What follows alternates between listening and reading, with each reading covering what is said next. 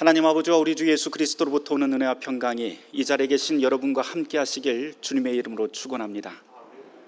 수고하고 무거운 짐진 자들아 다 내게로 오라. 내가 너희를 쉬게 하리라. 갇혀 있으나 소망을 품은 자 요새로 돌아오라.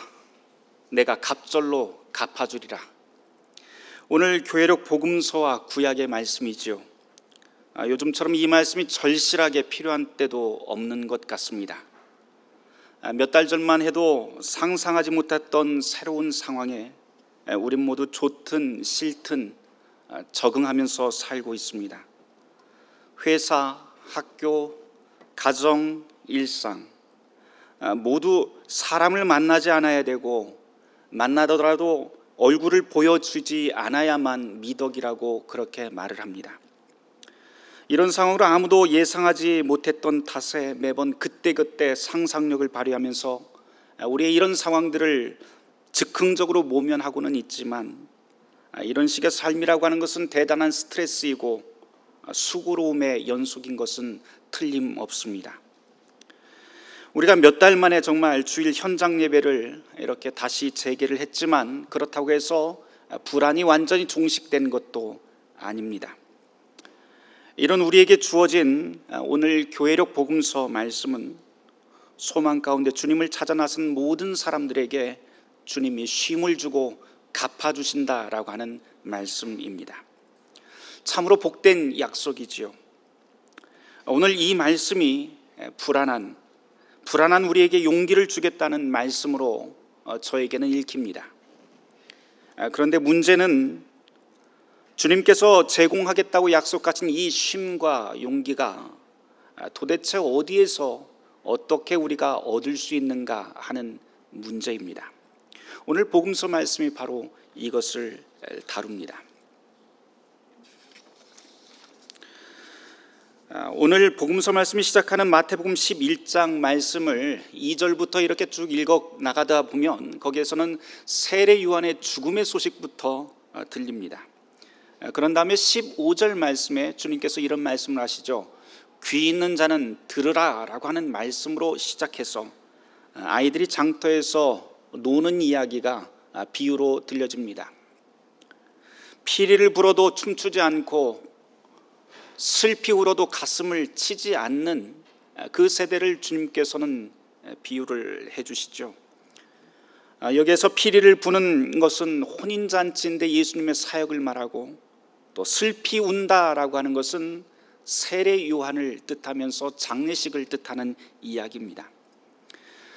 세례 요한은 하나님의 나라의 메시지를 전하면서 엄중한 심판과 회개를 촉구했습니다. 그러나 정작 그 이야기를, 그 메시지를 들어야 될 예루살렘에 있었던 많은 사람들은 꿈쩍하지도 않고 오히려 세례 요한을 잡아 죽이게 됩니다. 또 예수님은 또 어떤가요? 예수님은 똑같은 하나님 나라의 복음을 전하지만 세례 요한과 달리 오히려 자유롭고 복된 나라, 무엇에도 얽매이지 않는 하나님의 복음을 선포하게 됩니다. 그랬더니 사람들이 뭐라고 하냐면 저 사람은 먹보요, 주정꾼이라고 그렇게 꿈쩍도 하지 않습니다. 이런 세대를 예수님께서는 바로 피리를 불어도 춤추지 아니하고 슬피 울어도 가슴을 치지 않는 세대라고 그렇게 비유해 주신 것이죠. 그렇게 세상이 무감각하고 하나님의 말씀에 무지한 세상이라고 하는 것을 주님은 이렇게 돌려 비판하고 있습니다. 오늘 이 말씀을 쭉 읽으면서 이 15절 말씀 이하에 나와 있는 예수님의 이 비유가 무척이나 특별하게 느껴지는 것은 세례 요한과 예수님의 이 메시지, 하나님 나라의 메시지에 정작 반응해야 될 사람들은 반응하지 않고 엉뚱한 장소, 엉뚱한 사람들이 반응하고 있다는 사실입니다. 주님의 메시지에 장터에 있는 아이들이 반응을 하죠. 정작 하나님 나라의 메시지가 들린다고 한다면 예루살렘에 있는 거룩한 성전에서 먼저 반응을 해야 되고 또 거룩하고 지혜롭다고 하는 성직자들 그리고 바리새인들, 사두개인들 이런 사람들이 먼저 반응을 해야 마땅합니다. 그런데 누가 반응을 합니까? 아무도 주목하지 않는 아이들, 아무것도 모른다고 우리가 치부하고 저쪽으로 한쪽 구석으로 몰아버리는 그 아이들, 그리고 거룩한 것과는 전혀 상관없다고 생각하는 시장통에서 바로 이 하나님 나라의 복음에 반응을 합니다. 그러고 보면 주님의 나라라고 하는 것은 매번 이런 식으로 우리의 생각과 지혜를 뛰어넘는 것 같습니다. 사람들은 누구나 다 매우 지혜롭고 합리적인 방법으로 우리의 삶을 통제하면서 살아갑니다. 그렇게 해야만 매우 성공적인 삶을 살 수 있다고 말을 합니다. 인생이라고 하는 것은 우리가 최선이라고 여기는 현명한 지식, 그리고 현명한 방법, 이런 것을 쓰면은 매우 훌륭한 인생을 읽을 수 있다고 생각을 하겠지만, 살아가면서 사실 그런 지식과 지혜가 너무나도 무력하게 만들어지는 때를 우리는 만나게 됩니다. 세상에서 가장 현명하고 가장 똑똑하고 가장 합리적인 사람도 손을 쓸 수 없는 상황에 우리는 종종 내던져집니다. 지금이 바로 그런 때이지요. 우리는 과학을 자랑하면서 우주선을 보내고 달나라도 간다고 그렇게 이야기를 합니다. 하지만 눈에 보이지 않을 정도로 작은 바이러스 하나 통제 못하는 게 인간이지요. 어디 그것뿐입니까? 이 무력한 우리의 모습들은 살다 보면 아무 잘못도 없는 사람이 사고당하는 것도 보게 되고, 최고의 사업가가 사업에 폭삭 망하는 것도 우리는 보게 됩니다. 그게 인생입니다. 그렇게 우리의 삶이라고 하는 것은 예측할 수가 없습니다. 제 아무리 자랑스럽게 당당하게 자기 인생을 자랑하는 사람도 살다 보면 필연적으로 어려움을 당하게 됩니다. 그리고 그런 어려움과 시련 앞에서 각자 모두 다 해결책을 찾고 탈출구를 찾아 나서야만 하는 것이 우리의 인생의 운명이기도 합니다.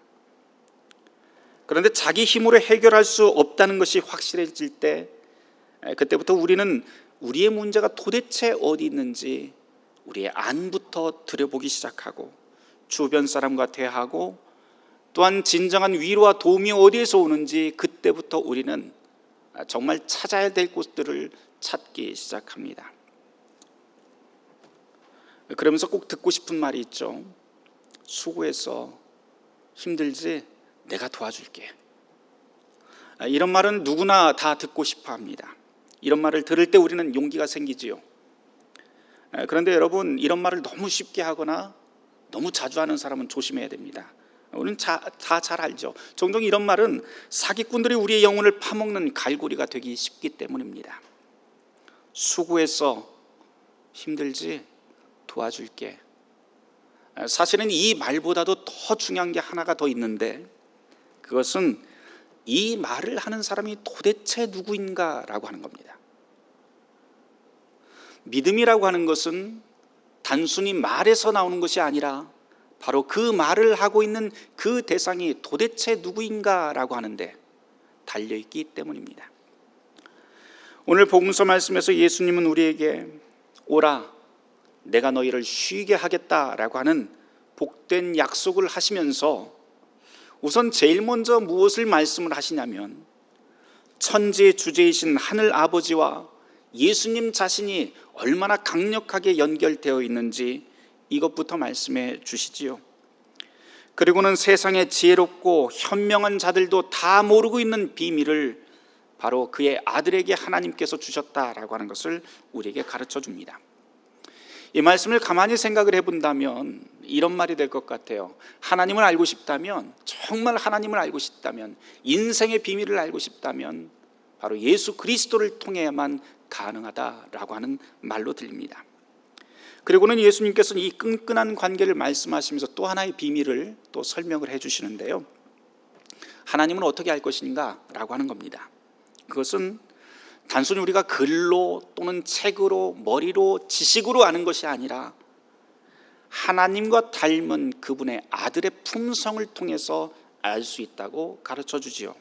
그것을 오늘 복음서 말씀에서는 주님께서 뭐라고 말씀을 하시냐면 바로 온유와 겸손이라고 하는 말씀으로 요약을 해 주십니다.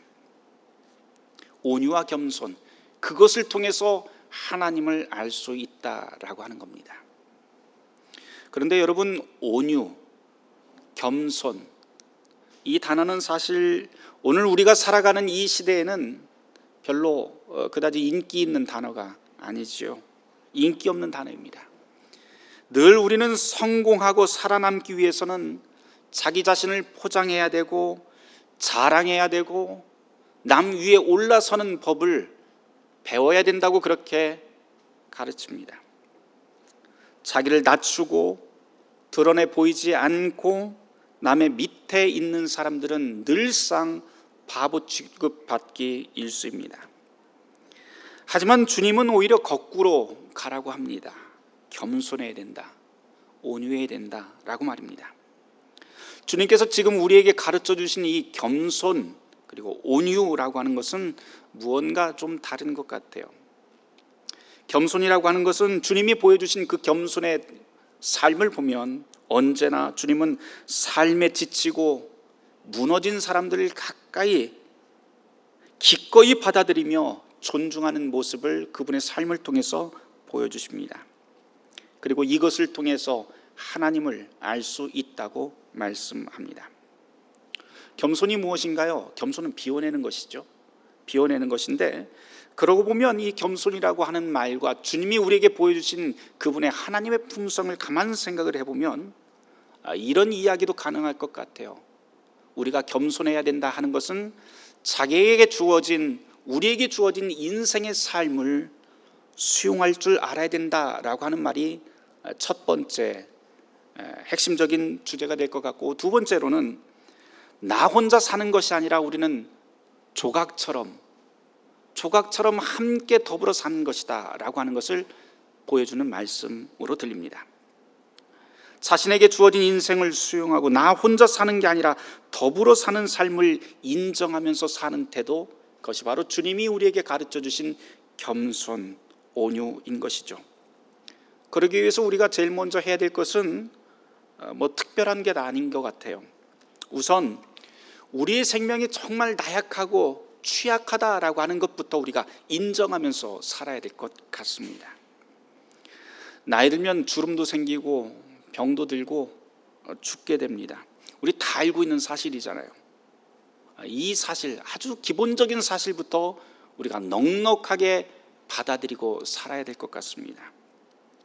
이렇게 당연한 사실 넉넉하게 받아들이는 것은 우리가 새로운 생명으로 태어나는 것만큼이나 훌륭한 그리고 유익한 일입니다. 왜냐하면 인생이라고 하는 무대는 우리가 상상하듯이 그렇게 멋진 것만 펼쳐지거나 아름다운 것만 펼쳐지는 무대는 아니죠. 언제나 우리를 뒤흔드는 위험한 힘도 늘 공존하는 것이 우리의 삶입니다. 이것을 성경에서 예수님은 마귀의 세력이라고 그렇게 표현하기도 하고요, 사도 바울은 이 땅의 권세, 공중의 권세라고 하는 말로도 표현하기도 합니다. 지금 우리말로 표현을 하자면 우리 삶을 위협하고 있는 바이러스도 마찬가지로 이런 부류라고도 설명할 수 있을 것 같습니다. 이런 여러 가지 위협들이 우리의 삶, 우리 인생을 위협하고 불안하게 만듭니다. 그리고 우리 영혼은 그런 불안 속에서 참지를 못해요. 그래서 우리의 영혼이라고 하는 것은 불안에 빠지게 되면 참된 위로와 쉼이 어디 있는지 각자 찾아 나서게 됩니다. 예수님은 지금 이렇게 우리 영혼에게, 불안한 영혼을 향해서 너희는 쉬어야 된다, 너희에게는 휴식이 필요해, 잠시 모든 일을 중지해 라고 그렇게 말씀합니다. 영혼의 쉼, 주님께서 말씀하시는 이 쉼이라고 하는 것은 일요일 아침에 카페에 조용한 음악을 들으면서 좋은 커피 한 잔 마시는 그런 휴식과 비교할 바가 아니지요. 주님께서 우리에게 오라 하시면서 주시겠다고 약속하시는 그 쉼은 죽음을 넘어설 그런 평온함에 관한 것입니다. 주님은 그렇게 세상의 위험과 죽음을 넘어설 하나님의 선물을 주려고 지금 당신의 제자들을 부르십니다. 오라, 내가 너희를 쉬게 하겠다라고 말입니다. 이 말씀에서 주님이 강조하시는 제일 첫 번째 말씀은 오라라고 하는 말씀이지요. 그 뜻은 주님 앞으로 오라는 것이지요. 그런데 방법은 여러 가지입니다. 어떤 사람은 주님 앞에 달려나가기 위해서 골방으로 들어갈 수도 있고, 어떤 사람은 이 말이 바로 교회로 달려가라고 하는 말로 이해할 수도 있습니다. 매우 다양하게 우리는 그 이야기를 받아들일 수 있습니다. 그런데 그 다음에 이어지는 주님의 말씀을 잘 들어보세요. 주님께서는 쉬운 멍에다라고 하는 말도 해주십니다. 이 뜻은 주님의 말씀을 진지하게 받아들이는 사람이라면 즉시 이 말씀을 통해서 무엇을 깨닫는가 하니, 내가 쉼을 위해서 져야 할 무게가 있구나라고 하는 것, 그리고 그 무게가 원래는 무겁지만 주님과 함께 동행한다면 그 무게가 매우 가벼워진다라고 하는 것도 알아차리게 될 겁니다. 여기서 멍에를 진다라고 하는 말은요, 각자에게 주어진 십자가가 있다라고 하는 말과도 같습니다. 그리고 각자에게 주어진 그 십자가를 지고 주님 앞에 서야 된다고 하는 말이 됩니다. 저는 이 말을 삶의 무게라고 하는 말로 바꾸고 싶습니다. 이 자리에 있는 저나 여러분 모두가 다 각자 남이 대신 지어줄 수 없는 삶의 무게들이 있지요. 그런데 주님은 지금 당신 앞으로 모두 다 오라고 하면서 각자의 삶의 무게를 그대로 들고 오라고 하십니다. 그리고는 주님께서는 나와 함께하면 그 무게가 가벼워진다라고 또 말씀을 해줍니다. 왜요? 바로 주님이 그 멍에를 함께 져준다고 약속하기 때문이지요. 그렇기 때문에 누구도 자기 삶의 무게에 대해서 부끄러워할 필요는 없습니다. 그저 있는 그대로 우리 인생의 삶의 장애나 그리고 어려움을 주님 앞에 겸손히 들고 나가면 됩니다.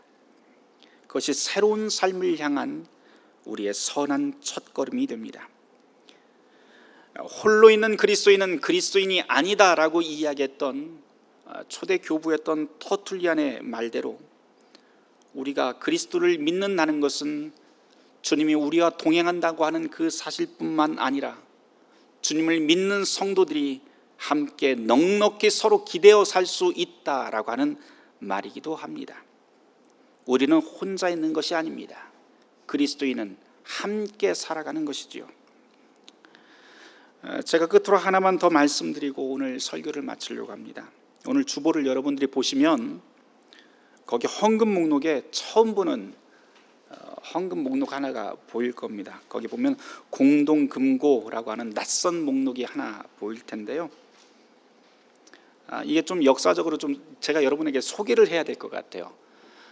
종교개혁이 일어나면서 1523년도에 종교개혁의 도시라고 불리는 비텐베르크에서 처음 시작한 헌금함의 이름입니다.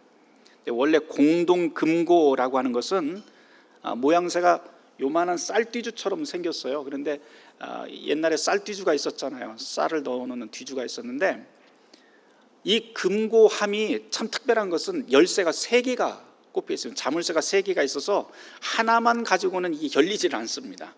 3개의 열쇠를 동시에 꼽아서 같이 돌려야만 이게 열리는 그런 함이 하나 있습니다.